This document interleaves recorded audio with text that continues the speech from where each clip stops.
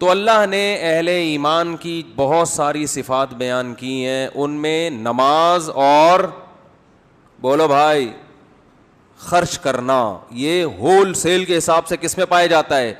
مسلمانوں میں. اور اگر نہیں پایا جاتا تو آپ کو پیدا کرنا پڑے گا. مسلمان کنجوس نہیں ہوتا.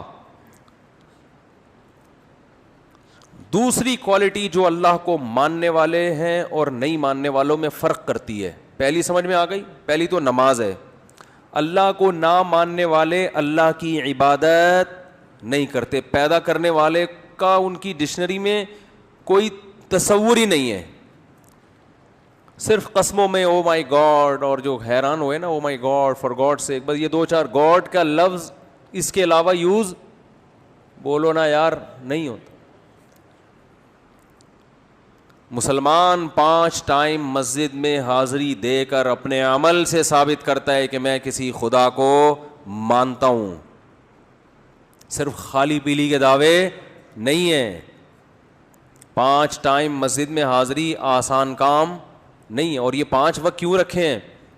اقیم الصلاۃ لدلوک الشمس. یہ جتنی نمازیں اللہ نے فرض کی ہے نا، اس میں زمین میں کوئی انقلاب آ رہا ہوتا ہے، ٹائم چینج ہو رہا ہوتا ہے.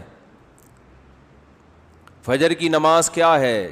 کئی گھنٹے رات کے اندھیروں میں انسان ڈوبا رہتا ہے اور پھر صبح کی روشنی پھوٹنا شروع.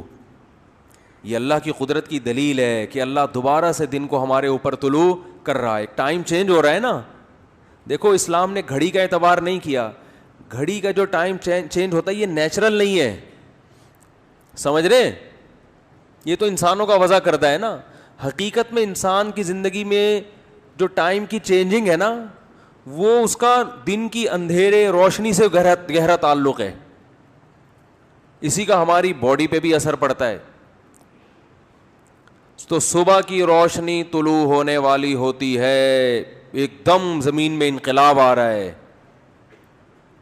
اس انقلاب کے وقت اللہ نے حکم دیا کہ اللہ کی اس قدرت کو دیکھ کر اللہ کا شکر ادا کرو اور اللہ کے سامنے سجدہ کرو.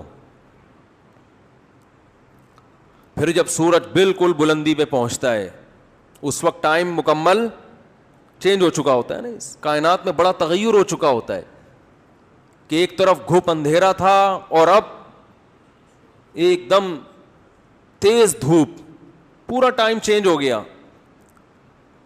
تو ایمان والے اس موقع پر بھی اللہ کو یاد کرتے ہیں اور اللہ کے گھر میں حاضر ہو کر عبادت کرتے ہیں.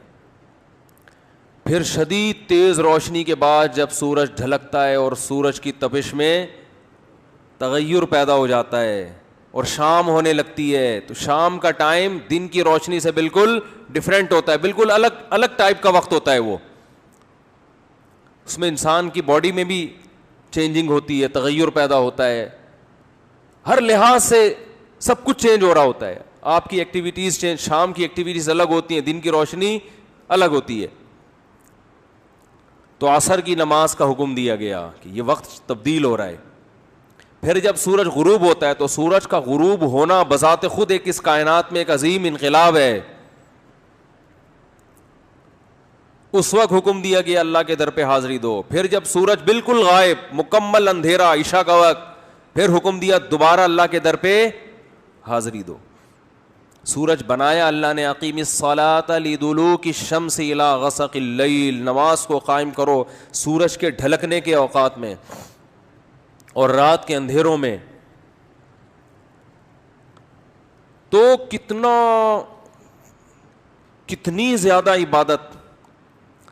تو جو اللہ کے علاوہ، اسلام کے علاوہ مذاہب ہیں، وہ نام سے اللہ کو مانتے ہیں، ان کی زندگیوں میں اللہ کا کوئی تصور آپ کو نظر نہیں آئے گا. اور اگر عبادت کرتے بھی ہیں نا تو آپ جتنے اسلام کے علاوہ مذاہب ہیں ان کی عبادت میں مفاد پرستی کے علاوہ کچھ بھی نظر نہیں آئے گا. بھئی یہ والا بھگوان کی عبادت اس لیے کی جائے گی کہ یہ آپ کو اولاد دے گا، یہ والا بھگوان تھوڑے کم ریٹ پہ یہ آپ کی جاب اچھی دلا دے گا. ایسا ہی چل رہا ہوتا ہے نا. ہم فجر کی نماز کیوں پڑھتے ہیں؟ اللہ تعالیٰ اولاد دے گا. ارے بولو یار، شادی کرا دے گا. کتنے فجر پڑھنے والے ہیں اب تک کمارے گھوم رہے ہیں. کتنے فجر پڑھنے والے کر کے پچھتا رہے ہیں.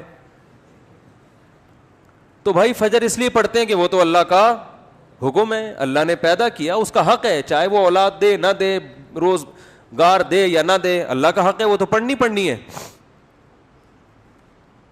آپ دیکھ لیں دنیا میں اسلام کے علاوہ جتنے مذاہب ہیں, خدا کی عبادت میں مفاد لازمی ہوگا, اور ان کے جو مذہبی رہنما ہیں اسی مفاد کا لالچ دے کے ان کو عبادت گاہوں کی طرف بلاتے ہیں.